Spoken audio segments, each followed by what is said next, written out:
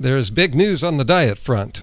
Dr. Paul Saladino is trending because he has made some recent dietary changes. Here is his YouTube channel. He is the Carnivore MD. And there's a picture of a lion there. So how has this lion person altered his diet? It looks like he has moved it closer to my diet, the Fruity Carnivore Diet. See, I told you I was on the right track. I've been trying to get carnivores to change to this kind of a diet for about, since January. Now, I don't know if many of them have heard me because I'm not the big influencer that most of these carnivore leaders are. But I was ahead of them, and I seem to have some wisdom that they don't. So let's catch up with the salad boy and see his activities leading up to his diet change. Controversial thoughts. Time for the epidemic of chronic disease. Lots of controversial thoughts here. That's interesting. Why epidemiology is so misleading. It can be misleading. That's why it's supposed to be used in conjunction with empirical science. Well, I just noticed his view counts here. What's with the low views? He's got a lot of subscribers. Eating seed oil is about as smart as eating poison ivy. That's pretty big of an exaggeration. There's Nora.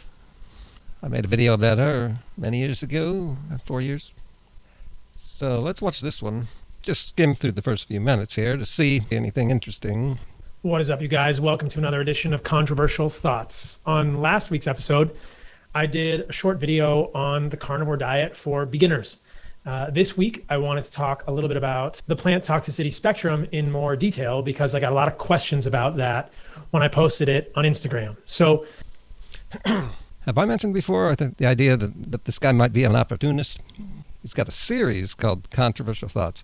Why is it good if they're controversial? That's just the age we're in the last few years, where right is now wrong, controversy is good, theories are better than science. Let's forget that for now. As I discussed last week in the Controversial Thoughts video, a basic carnivore diet for beginners is meat and organs. I talked about the macro proportions, and I talked about salt, and I talked about which organs. I talked about all that last week. So if that's interesting for you, go back to last week's Controversial Thoughts. I'm quite intrigued by the possibility of a carnivore-ish type diet for a lot of people. That might be something like a tier 1 or 2 carnivore diet. If you've read my book, The Carnivore Code, all of these. Have I mentioned I think this guy might be an opportunist? Maybe that's why he got onto the carnivore diet in the first place, which he's now going off of. These diets are going to include meat and organs as the majority of the diet, but there is some room for including plants for color, variety, texture, or if you want to have different macros. I've been messing around with carbohydrates a little bit, which makes me think, if I'm going to eat plants, are there some plants that are more or less toxic? If you've heard me on other podcasts, there are 3 main points to a carnivore diet that I talk about, an animal-based diet in general. Number 1, animal meat and organs are the center of the human diet and have been for millions of years. I don't want to get into that today. Just search my channel for the rebuttal to that.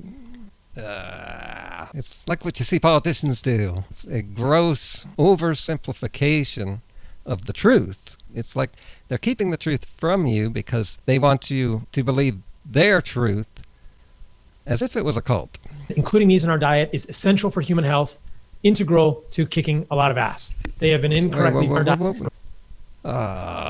I shall resist and give my discipline a much-needed workout.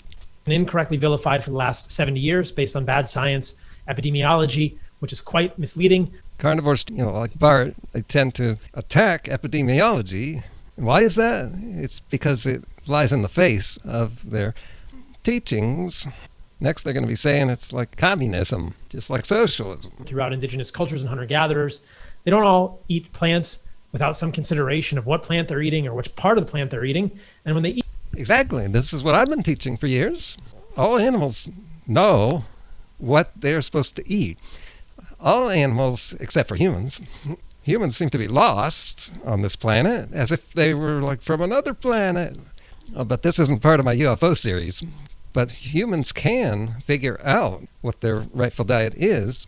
They can, but they're too busy going in other directions. What I'm thinking here as I watch is Why is he going here? What was wrong with the strict carnivore diet, which is basically all meat? Some include organs, which I think is a good idea because real carnivores don't just eat the muscles and leave everything else. And they don't just eat organs like liver. They eat whatever, especially some carnivores eat the intestines first.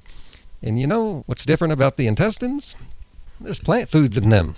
So carnivores are not strict meat eaters. Understanding this and eliminating the most toxic plants, the most toxic parts of plants, will probably result in much greater health, whether that's improvements in skin, GI. Yeah, that's why I don't eat any dairy and why I've been eating a reduced nuts and seeds diet for 10 or more years. Here's Saladino talking about increasing his carbohydrates. But for me, I feel best when I'm around 100 grams of carbs a day. If I do too much more than that, it doesn't really benefit me. But I do feel like a lot of days having 100 grams of carbs from ancestrally consistent sources is a benefit for me personally. Okay, for reference, the body goes into ketosis when you bring your carbs down to a range of 35 to 50 grams, depending on the person. So that's really low, and 100 grams is pretty low too. I'd say the average American eats about 200 to 300 grams.